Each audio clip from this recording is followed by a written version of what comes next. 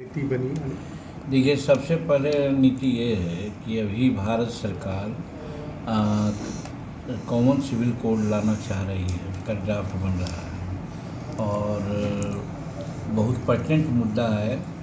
हम लोग को जानकारी नहीं थी पहले, इसलिए हम लोग विरोध करते थे, लेकिन जब एनडीए में आ गए हैं और उसके बाद जब हम लोग इसके बारे में जानना चाहा तो common civil code doctor Bhimrao Ambedkar की बात है। उन्होंने ही directive principle of state policy में, राज्य के नीति निर्देशक तत्वों में उसको मेंशन किया है कि कॉमन सिविल कोड होना चाहिए और उसी के आधार पर फिर हम लोगों का संविधान है, उसका आर्टिकल 44 में भी उसको मेंशन किया गया है। तो हम लोग अंबेडकर साहब के मानने वाले हैं। संविधान उनके द्वारा बनाया गया है और संविधान की रक्षा हो, इसके लिए हम लोग तत्पर हैं।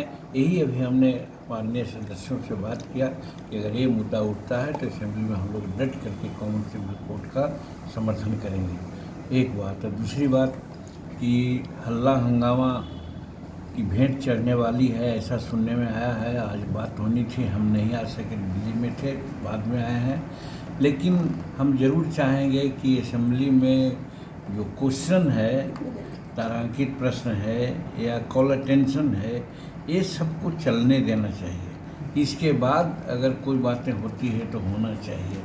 तो इस पर भी हम लोग बात कर रहे हैं कि बात करके हम लोग भाजपा के नेता से बात करेंगे कि जो क्वेश्चंस हैं, चाहे तारांकित हो या अल्पसूचित हो, ये पब्लिक इशू का मामला है और सभी सदस्यों का मामला, खास करके विरोधियों का विशेष होता है, तो इसको डिस्टर्ब नहीं करना चाहिए।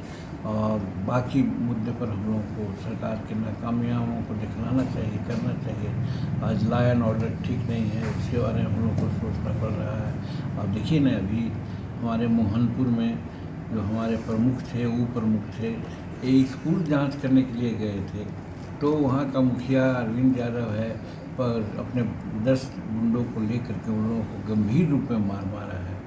अभी चिकसोरा एक गांव है, अभी नौबतपुर के नज़दीक में, वहाँ पर एक परिवार को, शेड्यूल कास्ट परिवार को लोग खींच करके मारता है, उसके पत्नी को, उसको बेटी को, और बिना कोई कारण से, और उस पर कोई केस नहीं होता। तो इस तरह से लॉ एंड ऑर्डर बहुत गड़बड़ है।